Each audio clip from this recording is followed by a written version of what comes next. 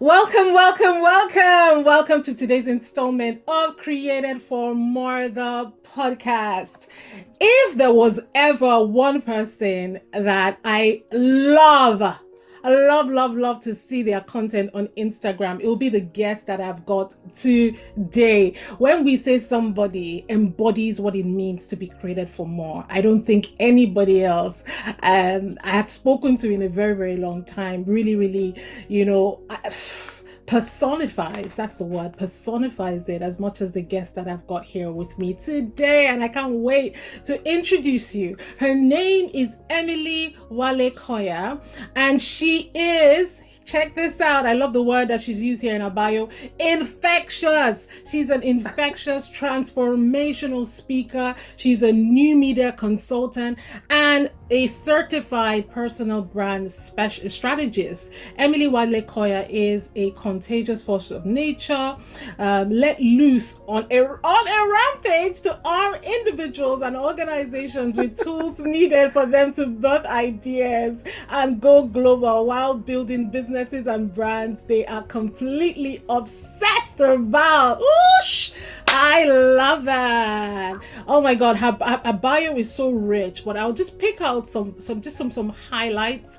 You know, it says here she's the proud founder of the School of Personal Branding, her online academy where she sells e-products on business, marketing, personal development, and personal branding. Emily has been interviewed on various platforms across different media houses in Africa and beyond. She's a crusader of social net worth, and she is currently building one of the strongest personal brands on Instagram. As a part of her hobby, she enjoys speaking, singing, and also traveling to amazing places. Emily is happily married to Adewale Koya, her biggest supporters, and together they've got not one, not two, not three, but four amazing children. Emily, drum roll. Thank you so much for being here. Oh, I crush on you. I crush on your content Oh my God. unapologetically.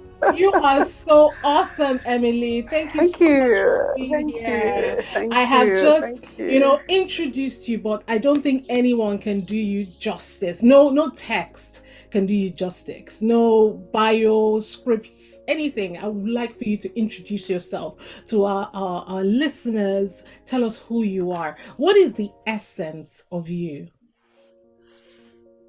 Wow. Oh my God. Okay, so now you've put me on the spot, right?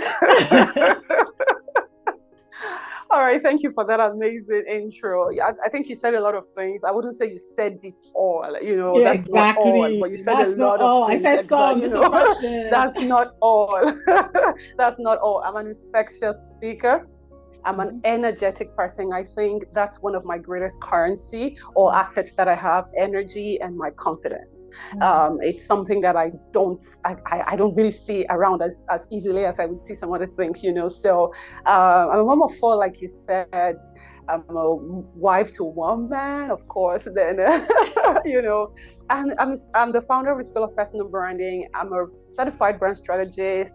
I am a business coach. I have been an entrepreneur the last 19 years, and I have been there, done that, seen that. I've just done 99. I've started five different businesses and failed at almost all of them. And the sixth one is the School of Personal Branding, and I have redone it, because I so much believe that it is the Harvard, of business schools for purpose-driven entrepreneurs. So I didn't want to just throw it Mm. away the way I didn't want to just give up on it the way I didn't give up on the other ones, but maybe I didn't fight enough. But School of Personal Branding is my heartbeat, because I believe that it's also God's heartbeat. One Mm. time, somebody who went through the school came and told me that everyone in Nigeria, the government should send every youth through Wow. your school before they go to the university, because it's beyond just starting a business. I teach people how to start the business of your purpose and your passion and your mission, and so that goes beyond just making money. So in a nutshell, this is me. This is me. I am not, I don't play small. I don't apologize. I'm unapologetic, very unapologetic. Just to let you guys know, by the time Tombra starts to ask me some questions and we just begin to talk, you will hear me say some very big things, some very courageous things, some very out of the world things, some things that only God and I understand. Only Him and I understand, because my faith is big. It's massive. My words are bigger than I am. And before we started, Tombra was trying to ask me something, because I'm still bereaved. I lost my dad like 3 months ago. So she was trying to say, how did you come back? How did you come back so strong, so powerful? Even more powerful than you were before this happened. Mm-hmm. And I was going to answer that question because I get it a lot. Maybe not from the bereavement part, but I get it a lot from people asking me, how do you keep going on? How do you keep the space? How do you keep getting better and better, stronger and stronger? You're not going back. You're always moving forward, always next leveling. And the answer to that is going to be that my vision is massive. What I see in front of me, what I see ahead of me is huge. It has to wake. It yanks me out of bed. Even when I don't want to get up, it yanks me out of bed. It's bigger than I am. My dream is huge. And so no matter what I do, no matter what I go through, no matter what goes through me, I have to come out. Whoosh. And I have to come out stronger and better and wiser and faster than I was before that thing happened. And so that's me in a nutshell. I am here for every bit of it. Every bit of it. Sign me up. I love it, guys. Look at that. Look at that. The essence. No doubt you have met the essence of Emily in just that soliloquy. Really, is what I'll call it. I love it. I love it. I love it. Emily, I feel torn. I am that quintessential interviewer that loves conversations. The way you like to, for me, I live this. So right now I am torn. I want to ask you this question, but I'm thinking, should I start here? Should I go this way? But I want, well, she said this. Let me just hold on to that. Let me go. Yeah, So I'm just like, oh my God, you are giving me a feast. So what I first want to ask is, have you always had big dreams, even from when you were young? Who were you as a child? Have you there's this thing they always used to say when we were young. I don't know if they said it to you, but they would say things like, your eyes are big, you just have big eyes. I know, yeah. Was that you? You just, how were you as a child? It wasn't me. It wasn't me. It was never me as a child. I was a timid child. I was a shy child. There's a difference between, I always say it, there's a difference between being shy and being timid in my world. Shy is, maybe not wanting to speak in public or wanting to always be at the back, but timid is you being fearful, you being scared. So I was always that kind of child, always running away from things, never really wanting to be fierce with my life. I was that person even into adulthood. I was that person. I was in the choir. For over 15 years, and I never soloed a song because I was fearful. And I could sing, Jesus, I love you. I could sing. But I never took the bull by the horn. People would always come out. I mean, anyone could try a song. It was very open. There were no favorites. Everybody could come and go try the song. Every week we're giving songs to go try. Anybody could score the song, but not Emily. I could score it at home, but I would never show up when it's time to. Who is leading the songs in the choir? In the choir rehearsal. Never me. Never. I was always doing backup. I was never. What was that process like for you? Your heart would just be beating like, I can't. And what's the internal dialogue? Your heart would be beating, and then you would be going through it. For me, I was always looking at the people who would come out as, oh, they're better than I am. They're better than I am. They're better than I am. I cannot sing this song. They're really good. They're really gifted. And I would always hear that voice say, you know, you're good. You know, you're really gifted, because I'm a very creative person. And so even in my songs, I'm creative. I'm like a freestyle. I could take a song. I never hear a song and sing it the way I heard the song. I would always meander. I would always add my thing to it, always freestyle with God, because it always came from inside. So I didn't need somebody else's stuff. I always had a lot of mine inside to bring out, always. But I was fearful. And I saw, in fact, in the choir, I gave myself a name, that I was the least in the choir. Nobody gave me that label. I labeled myself that you're the least in the choir. So when you walk into the rehearsal, sit at the back. When you're leaving, you go quietly. I did this for 15 whole years, until the day I said, my own don't do. Hey! Your own is not, you don't do. Tell us about that day. What happened? Enough. What pushed you? What catalyzed you? What brought on that evolution? You know, it doesn't happen like this. Maybe for some other people it does, but for me it didn't happen like this. Like, I can't really remember like one time that it happened. There was, like a snap. But I remember the process. I was going to church. I'm a church person, right? I love Jesus. I love God. I serve Him with all my heart. So I go to church. I was going to church all the time. I was always in the choir. I've always been in the choir, sort of. And so when I go to church, I think that was like my late 20s or no, early 30s. I would watch my pastor preach, and I would hear my spirit say, oh, I love this thing that he's doing. You should be doing it too. You should get on stage and speak witness. Life. That's called witness. There was a witness in your spirit that you could do that same thing. Like, I could do the same thing. Every time he's teaching. In fact, there were a lot of times in church where my pastor is teaching and I'm preaching what he's preaching to my own audience in my head. I'm re-preaching it. And then one day, my pastor said something in church. He said, because I go to a fantastic church, right? And my pastor said, some of you have too much to remain where you are. And what he was saying was that the things that I say on this pulpit, the things that I share on this pulpit is enough word to catapult your life, but you keep sitting down. And that day when he said it, because I had already been preaching, somebody's already preaching something, and you have the opportunity to take that same thing and go and use it, but you're still sitting down. I didn't need to go and read a book I'm already preaching this same thing. That means it was more than enough. Somebody else already preached it. Now you can re-preach it, and people will still listen to you and applaud you, or find salvation through that same thing.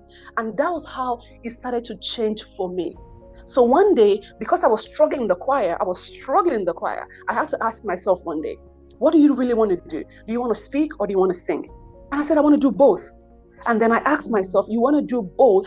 All right, good. But between singing and speaking, where do you think you can be a 10? You can be at 100%. And immediately my spirit said, speaking. I didn't want to ask a song like Sinach. I didn't want to do. And this is before you had the actual evidence of it. Before. I had never done anything speaking in my life. I was the runaway, backstage, behind the scene, timid, shy, never believe in yourself kind of person. I didn't exist. I was invisible. That was me. I was the quiet one. I was the egg. I was the one that life couldn't happen to me. Life couldn't happen to me. I was the one that should work in Shell. I was the one who should, in fact, they used to define me or describe me as somebody who they should marry a husband for, but I would say I'm married. Somebody that somebody should have the child for, but I would say I have a child, because I was that soft, or I appeared that soft. Entrepreneurship was not my thing. From where? I couldn't do all these things that I'm doing, but that was how my transition and transformation, that was how the journey started for me. And so when I told myself that day I was going to speak, that I believed that I could be among the first 100 speakers in the world. I could be among the first 10 speakers in the world. I could be the first out of the 10 speakers in the world. I could be number one. I was convinced that's something that I could commit myself to. I could give my life to. And that was how I started speaking. That was how I started coaching. The speaking came before the coaching. I set up my very first small event in Port Harcourt City, and I had 45 people attend that event. And that was how I started speaking.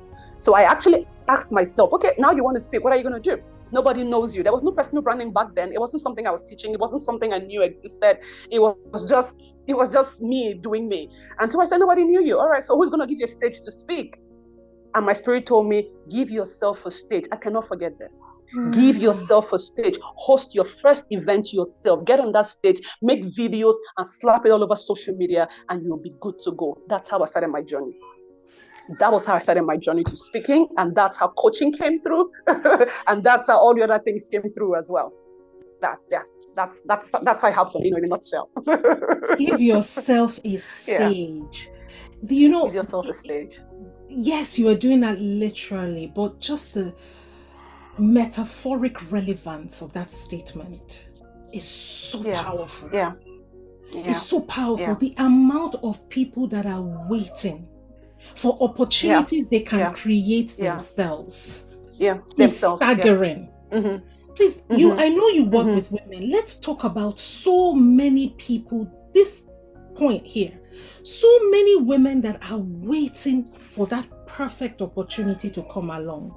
Instead of grabbing the bull by the horn, what would you say? Like if you were speaking, perhaps I know that probably a few of them are listening now. What would you say to those people who are waiting and they don't have that courage to give themselves stages? What would you say to them?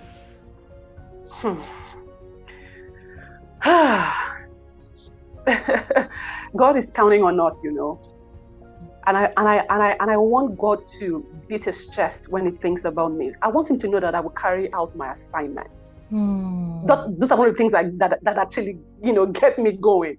That God should beat his chest and say, "No, if it's Emily, don't worry, just give her the assignment, she'll do it. Just give her the assignment, she'll do it." She doesn't ask questions. She doesn't dot I's and cross T's. She will run. She's ready to. She will run and fail. She doesn't mind. She understands that in failing comes learning. Emily understands that. She understands that before you will fly, you will run. She understands that if you can't run, you should walk. And if you can't walk, you should crawl. Emily understands it.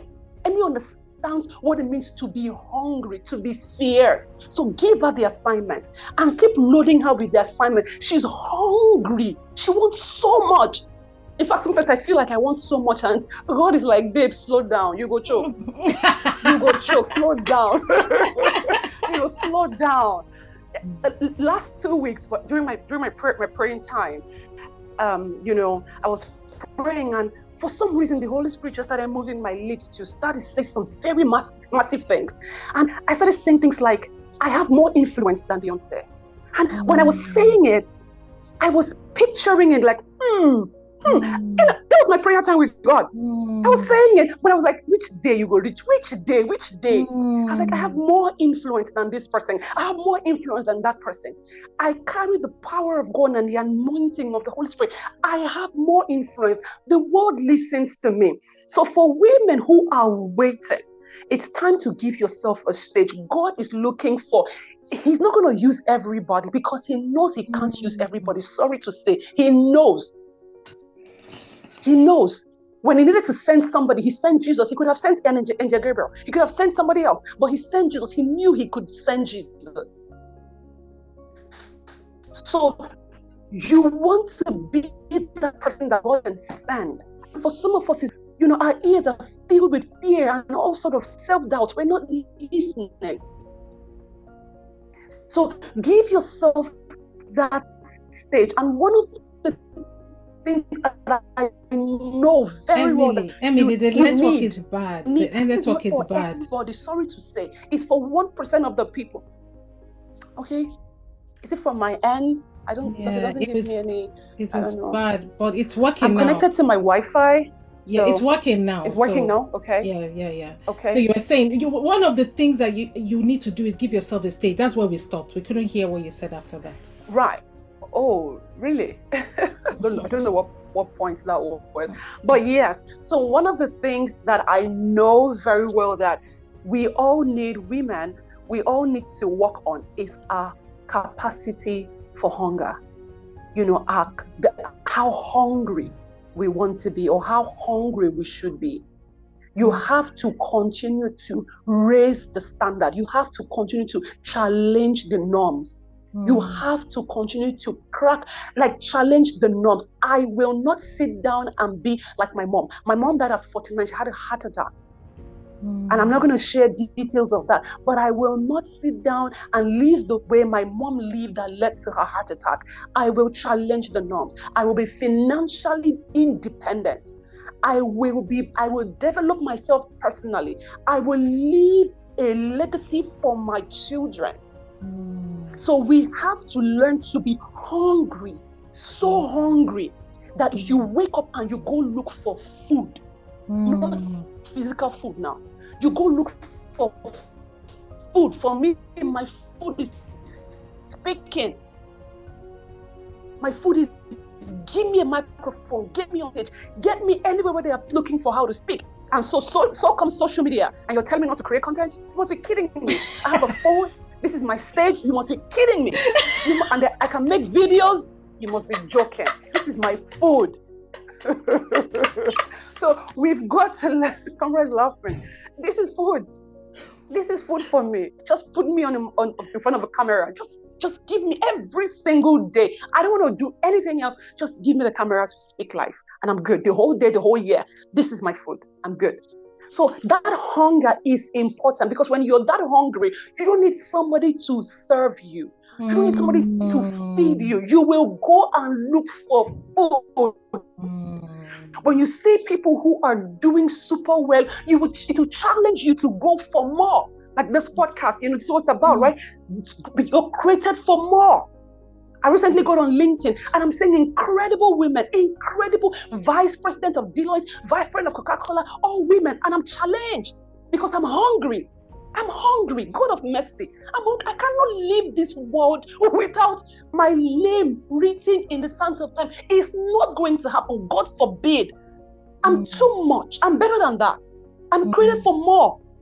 I want people to flip the pages of a book and read about me. Chimamanda is doing that. My daughter came back from school the other day and told me that Chimamanda's book is in their school. And I was like, Chimamanda's book is in your school? I was excited for her. I was happy to hear it. But my spirit told me your book needs to be in schools too. No competition. It's just knowing that there's more in you and you are made for more. So that hunger is important. You don't wait for anybody to serve you food. You go look for food. You feed yourself. You challenge the norms. You raise your standard. You keep going further. So that you can pull the next generation. Emily, this is so that we can pull the next generation. Powerful. So powerful. Oh my God. Guys, I told you.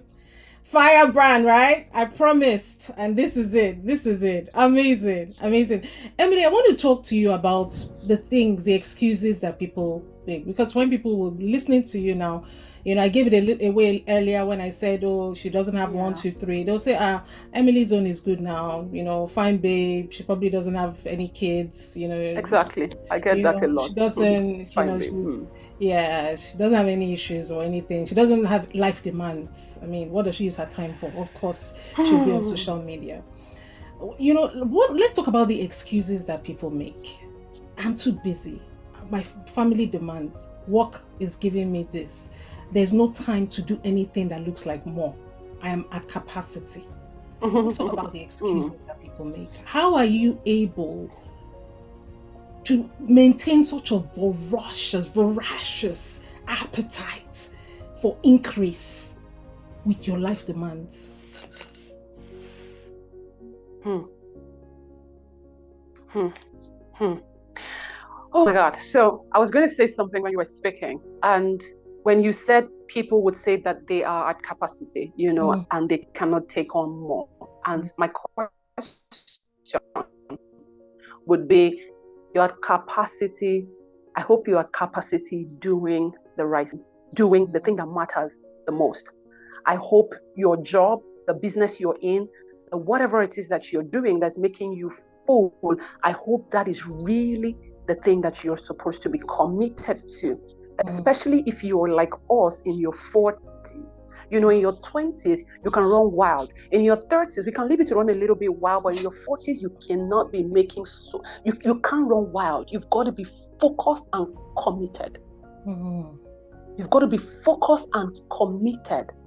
So I'm speaking to the people in that group, sort of, kind of. And even if you're in your 30s, so you need to be prepared, because you're going to come into your 40s. All right. So this word is still for you, or this message is still for you. And when you're talking about, being ferocious, we're talking about, how, and I said it already, my vision is not in this world. Where I'm coming from, I shouldn't even be doing the things that I'm doing. I was born into a very, very poor family. I was born into a what do they call them now? I'm looking for the word. My father didn't marry my mom. My mom died at 49. They couldn't bury her in my father's village because he didn't marry her, so he had to go and marry the cops. We drove my mother the day she died. We drove her the day she died. We drove her all the way to Ogoja to bury her. It was terrible. I grew up in kind of like a dysfunctional home, and then my dad passed now. Plenty of stories. I shouldn't even be close to what I'm doing. I should not be found here. I'm like one of the few, or one of the first in my family thinking of, I'm writing a book, I have a course, I have a school of personal branding, I'm dreaming about, I shouldn't be found here at all. So that's why I said my vision is massive. It's massive, and I've been able to pull it away from, it's not attached to where I'm coming from. There's no relationship to anything. It's not attached to where I'm coming from. I know where I'm coming from. I have that story very close to my heart. But it's not, I have yanked it off. So it doesn't, my father couldn't do it, I'm going to do it. My mother couldn't do it, I'm going to do it. Nobody in your family has ever done it, I'm going to do it. I want to do it, I'm going to do it. I am going to do it. I'm going to show up. I'm going to do it because I know that it's going to be historical. And I'm excited about creating history. I'm excited about them saying, nobody in her family ever did this. Nobody in her family ever did this. I'm excited about that. And so that excitement gets me going. That vision keeps me going. That excitement, that vision, oh yeah, she's going to sit one day in the UN meeting. I'm going to get there. That excitement, that dream keeps me going. So I have 4 kids. I have a 2-year-old. And she came at the time when I thought I was done having kids. Like I wanted to rest. And she came, I've become fatter, I've become all sort of things. So I could look back on all these things. I almost died. I had to have a surgery. I tried to take my tubes out so that, I wouldn't have another child. And they only found 1 tube and they had to close me up. All sort of stories, because I was coughing on the table. And now the doctor said, oh, the other tube is still functional, so you got to be careful. And it's just crazy. It's crazy. It's crazy. But you have to keep going. And like I said, the bottom line, the element, the thing I want us all to take out of this is the hunger. That's my first key to success. Hunger. Be hungry. Les Brown would say, you've got to be hungry. You've got to be hungry. You've got to want so much more than the mundane, than the ordinary, than the average. You've got to want so much more. And how do you get to want so much more? Why are you here? What is the power that you carry, that God has given to you, that you should not waste? Jesus said that you will do more than I did. That is one of the most powerful statements or promise to me as a person, that I would walk the earth, and after I leave, the world will continue to talk about me, because that's what happened to Jesus. That I will touch a life with my words, and the person will come back to life. So that power, that excitement, that vision, that hunger, that wanting more, wanting to be big, wanting my kids to look and say, Mommy, because of you, I did this. Because of you, I started my own company. Because of you, I shouldn't be doing this at all. I should just be that housewife. Honestly, that's the life that I knew. That's the life that you knew. How do you manage work-life balance, though? Like, what's the practicality like for you? You have this whole all-consuming passion, to do everything that you have said, but you Yeah. still have the day-to-day responsibilities. Like for women who, feel limited, they feel, there's a drawback when it comes to going out there and doing more because they're like, what, I cannot leave my child now. Do you see what I mean? What is that for you, and how do you balance? You have mommy guilt moments where you're like, oh, maybe I should. How do you balance everything? Of course, I do have. I have mommy guilt moments, and but I think I'm growing a thick skin for that. So my husband tells me things like, you didn't give Larry her drop today, and then he says some additional things to it, which I'm sure we can figure out. And I'm like, oh yeah, I forgot. And when I say, and then he goes on to say even further things, and in my head, when I say I forgot, I'm smiling, and I'm like, I forgot. I'm a human being. I forgot. Human beings forget. I'm not God. I forgot, and I'm going to try not to forget next time. And I don't want to not give my child her drug, so it wasn't intentional. But there are times when I am going to forget, even in the future to come. I know I'm prepared to forget. It's not. I'm going to forget. So you give yourself permission. So you give yourself guilt. I've been able to. Exactly. I make allowance for myself. I create room for myself. Yes, I make allowance for myself so that nobody comes and gives me just there have been times when I've had to question myself, like, Emily, maybe you should just stop what you're doing and focus on the family. And I remember my mother-in-law, when I call on the phone to talk to her, she always goes, don't stop your work. Don't stop doing if anything happens in this life, don't stop what you are doing. Girl, you need your own money. Mother-in-law. That's what I always hear from her. Wow. That's what I always hear from. Yeah, that's what I always hear from her. So back to, like, for example, I'm in my bedroom. My kids are outside. In my living room, I made a small office in my living room, right? And then I just had the baby there. I don't know why I didn't think she was going to grow and she was going to start running around and I wouldn't be able to use the living room in just a few months. I'm telling you, she was still very small, still breastfeeding her when I set it up. And so I thought, you put a newborn baby, you put her down, the baby sleeps, wakes up, doesn't know much, right? And then the child grows up and the child knows exactly where your room is and is looking for mommy. So comes to knock, knows where you are. So I left the living room, I came to my bedroom and I set up another small office in my room and I hope you can use it. So I have to tiptoe in my house. Every Monday to Friday, my 2-year-old, she's not in school yet, so the older ones are the ones that go to school. So my 2-year-old wakes up. In fact, she sleeps in my room. Let me paint a picture. She sleeps in my room. The moment they leave, the older ones leave for school, I tell my maid, move her from my room. She's still sleeping. Move her from my room to the other room so that I can start my day. So she moves her. I come into my room. I lock my door. I take a bath. I pray. I stretch. I start my day. My baby doesn't know I'm in the house. I bounce out like I'm returning. The moment I hear the car horn up for my other kids, I bounce out and come out as if I've come back from work. So I go, Larry, hi. And I'm all dressed up. I go, Larry, hi. Mommy's back. Mommy's back. I told my maid, always tell her when she's coming to my door, always tell her mommy's gone to work. Don't tell her, no, don't go there. Tell her mommy is gone to work. You're working. The same way her father goes to work, tell her mommy has gone to her office. He's at work. So it's a Monday to Friday, except the days I choose to sleep.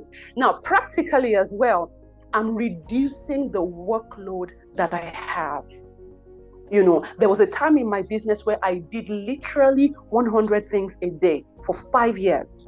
I was always creating a masterclass. I was always creating an online course. I was always creating an ebook. I was always I was always, I'm not joking, always, just to keep the business afloat. But I've come to realize that I no longer have to do that. So I am now simplifying, organizing, streamlining my company, my business, so that I can spend more time with my family. So now I don't create anymore because I have to make money. I create because I want to create.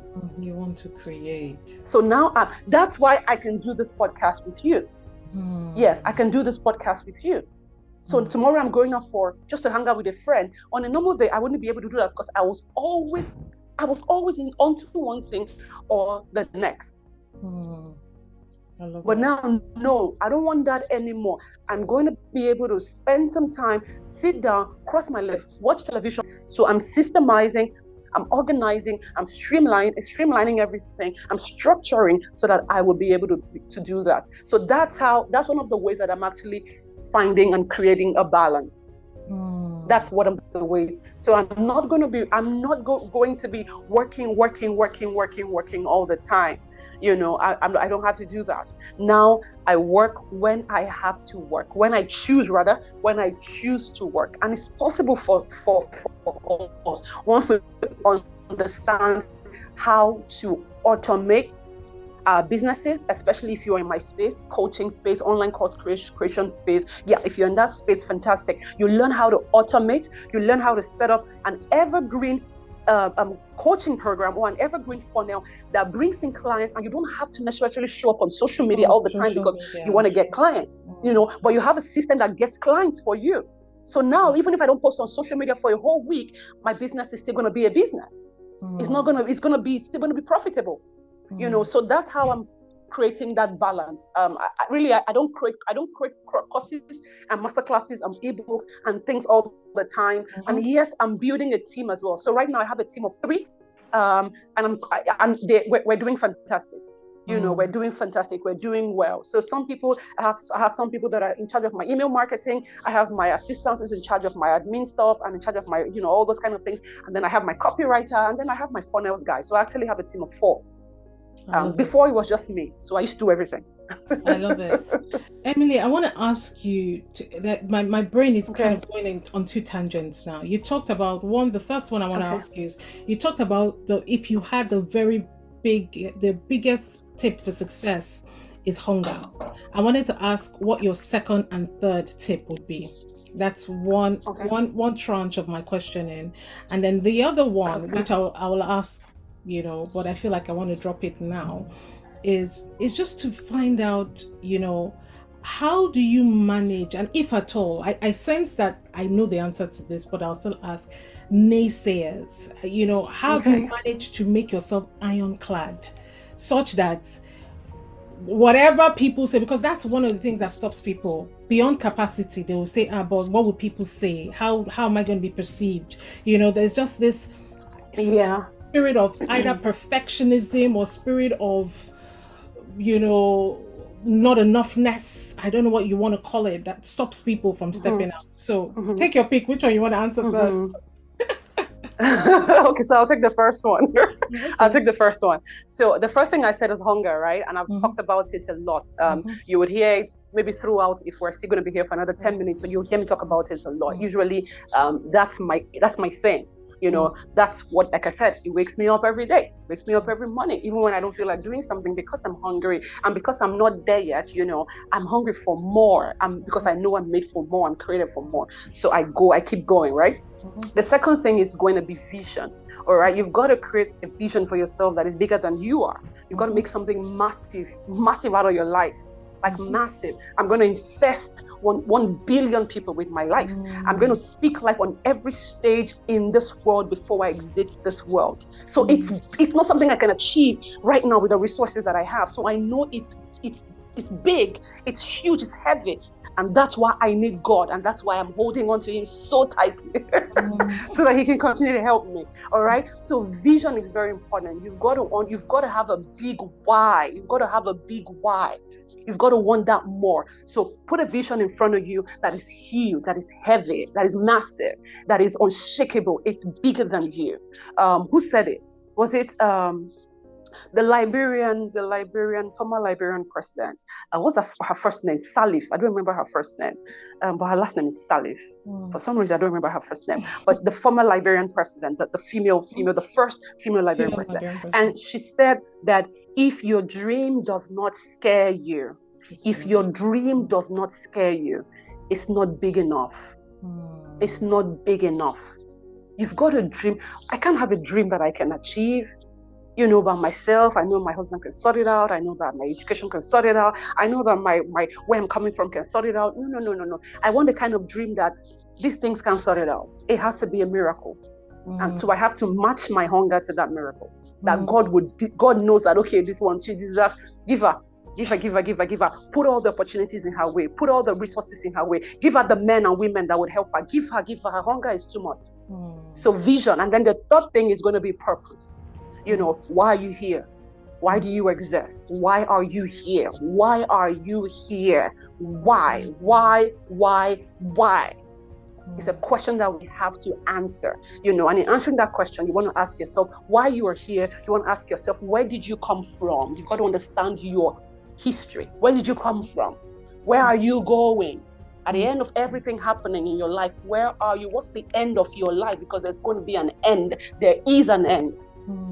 Okay? You've got to answer those questions. Why are you here? Where did you come from? Where are you going with your life? What can you do with the life that you have? With the resources that you have? What can you do right now? The job opportunities you have, the experiences you have, the pain you have experienced in life. What can you do with it? The gift that you have. What can you do with these things? And this is where we teach people how to monetize. We teach them how to build a business around your passion, around your gift, around your expertise, around your experiences, around your story.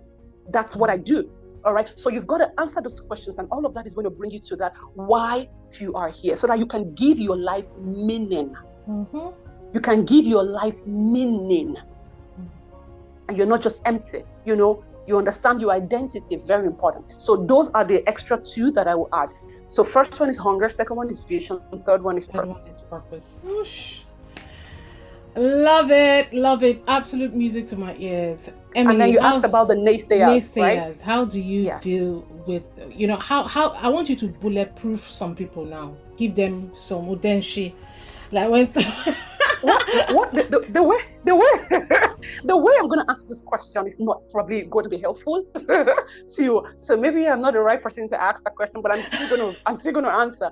But the way I'm going to answer that question will probably not be helpful. So I'm going to trust that it's going to be helpful, so that he can use it to bring deliverance to some people. I haven't had a lot of naysayers, honestly, and I think this is the part where I say some people are not going to find funny. I think the reason why I haven't had such people is because I don't pay attention to that. So they might be there, but energy does not allow me. Yes, exactly. My energy does not allow me give that opportunity to things like that. For some reason, when I think about this question, this is what I hear. I've not had I'm one person in this life that I've not bore a grudge against another human being in my 40 years of life. Not one person. Oh, yeah. I told somebody this thing recently, a sister in church, and she said, this should be said to millions of people. This is good. I have not bore, not one. No human being has been able to have such power over me. You can't, it's almost impossible. And so that's why I think I have not been able to breed such people around me. My energy doesn't just allow me go there. I don't pay attention to it. I don't know it. I just don't. For some reason, I'm not too sure. Maybe somebody will explain this better to me so that I can help other people. But this is my response. I've not been able to just see them. Experience that. Yes. And considering what you talked about in terms of being, from a family where there was dysfunction, you would think that a lot of people carry bitterness with that, right? They're angry, they did this to me, they did that to me. How are you able to navigate and come out of it unscathed? I think I've always been a very focused person. I think I've always been a very focused person, and that focus, I just know that my attention is somewhere else. My attention is on very big things. My attention is on global change, global domination. I'm serious. My attention is not here. My attention, and I think this is also what helps me. My attention is not all these things. I call them small things. They are a waste of my time. Tombra, they're an absolute waste of my time. Honestly. So I think this is a good answer for that question. They're wasting my time. My attention, I am after changing the world. I'm after infesting 1 billion people. I cannot have time for small things. I cannot pay attention to things that will pull me back or even make me pause to even give you 1 minute attention. And no. It's a waste of my time.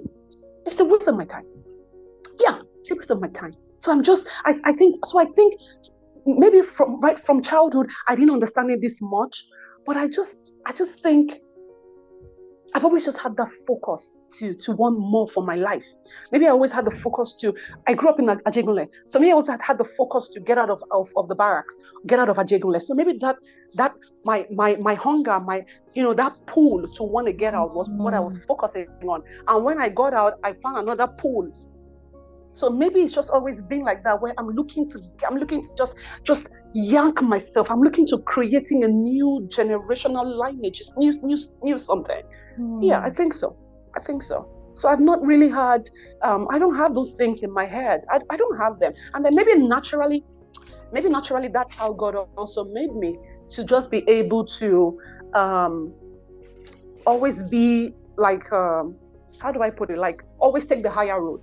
Maybe that's how he made me, to always take the higher road. Even when I quarrel with my sisters, even during the burial time, we had a lot of fights.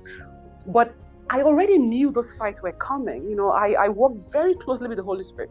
So he already prepared me, for burial disagreements. I mean, even within your sisters, you start asking questions like, are we really blood?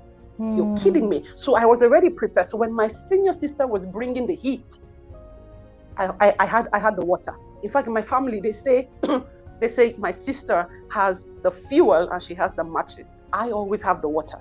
You can't light me up. You can't set me on fire for nonsense. You can't set me. I want to be set on fire for global change, domination. So you can't. So when you're bringing your fire, I have water. I always have water. I will quench it. I will not jam you.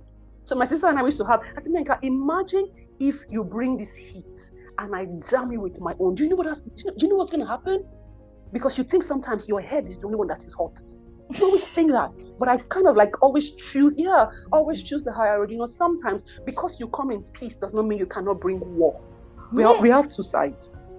Because you come in peace, because I always come in peace, does not mean I cannot start a war. But I choose. Because I have wisdom that is profitable to direct. So I choose peace almost all the time so that there can be peace.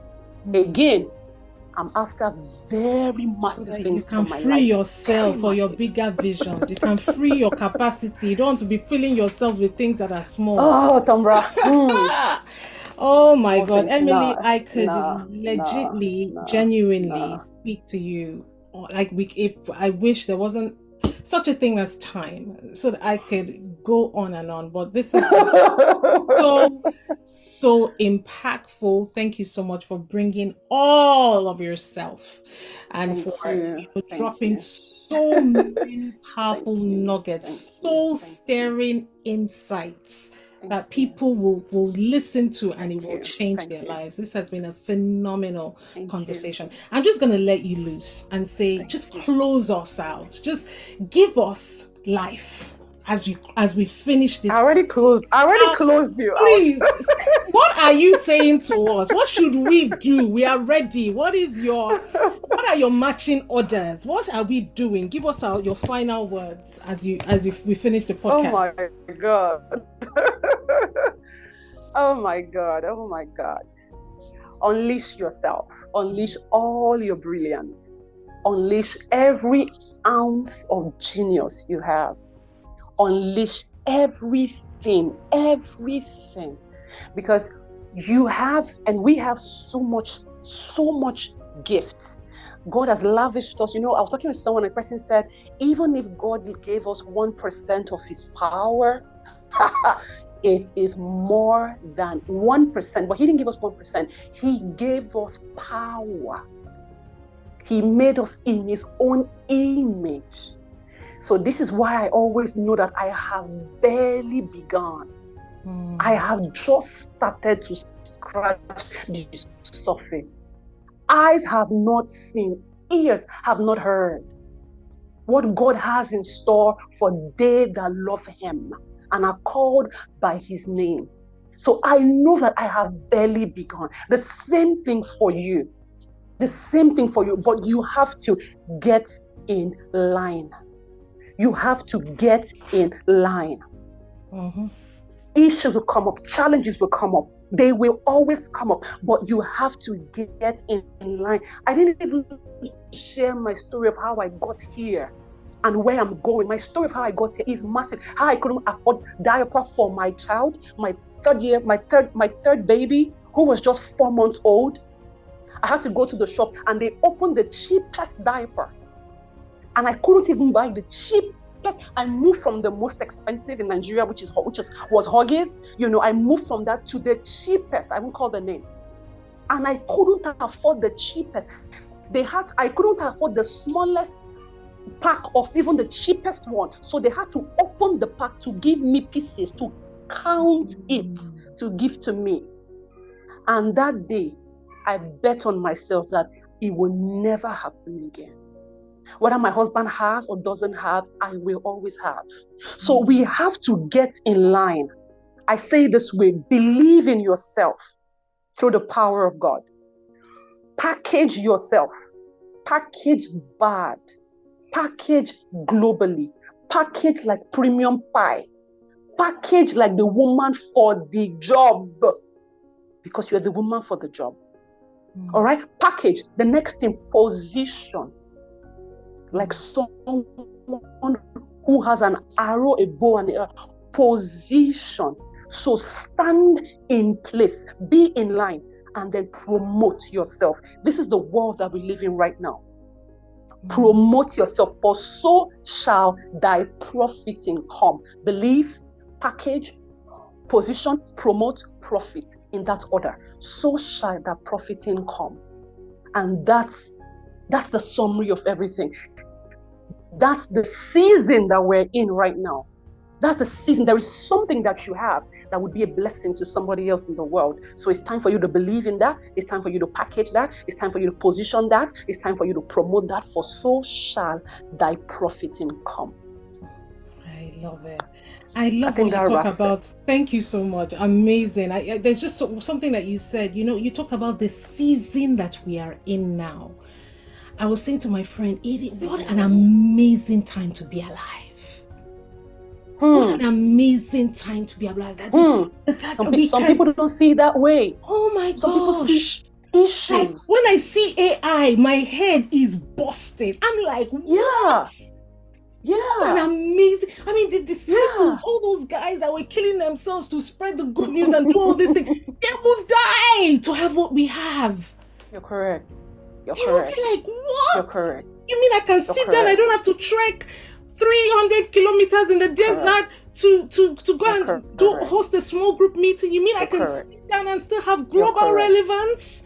I can still dominate from my house? You mean I don't have to wait till I'm on television to be like this with you? I can do this, and hundreds of people, thousands of people will still watch this and have access, and you telling me to fold my arms and look and question and whine and say this is not working?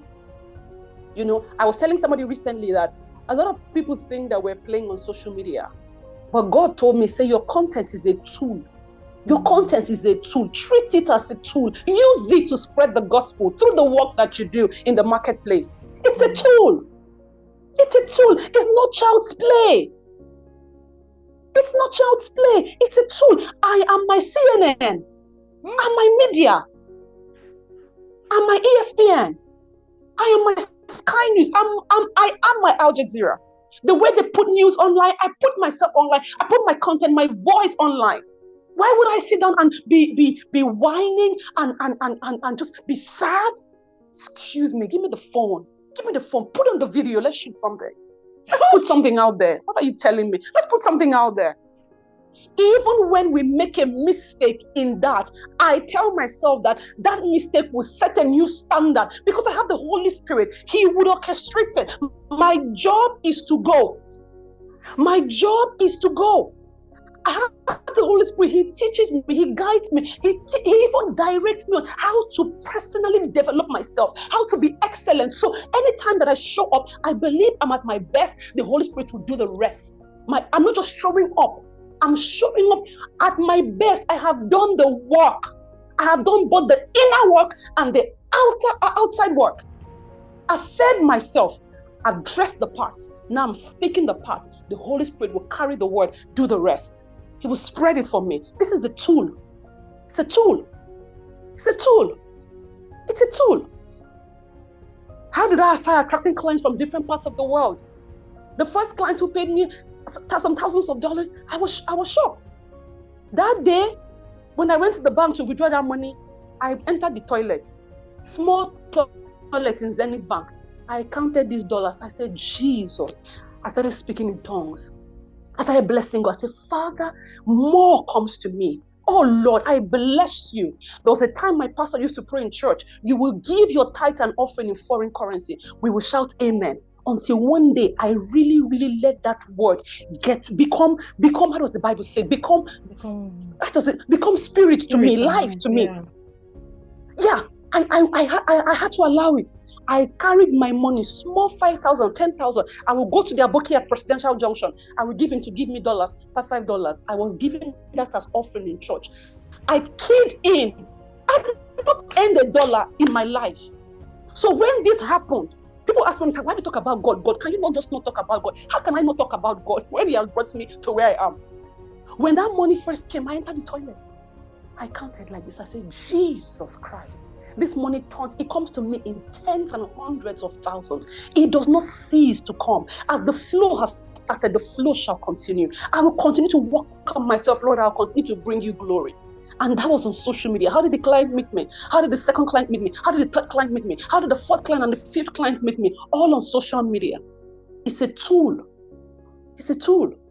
We have to get out there and use it. Let's get done with this part and go do something bigger. Let's just be done with this. I'm not enough. I don't feel good enough. Let's just sort this one out and move. We've been here for too long. We've tarried here for too long. We've heard so many things for too long. The next thing now is action. And what does action mean? Go. Go. Position yourself. Just go. Just go. You make mistakes. You can't make your 1,000 video if you haven't made your first video. You cannot grow if you have not even taken the first step to walk or to crawl.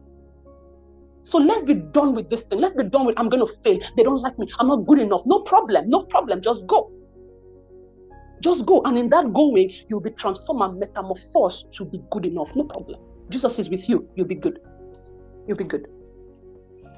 Like several mic drop moments. Look, Emily, virtue. There's no way virtue did not leave you today. There's no way. It's not possible.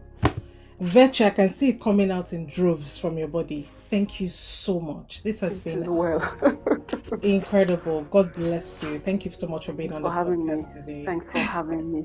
I'm so excited that I made it. Yes, I look forward to the feedback. Guys, if you're listening to this, make sure you put a comment in and let us know how this impacted you. I will definitely ensure that Emily hears about it. Thank you so much, Emily. Thank you so much, Tamara. Thank you.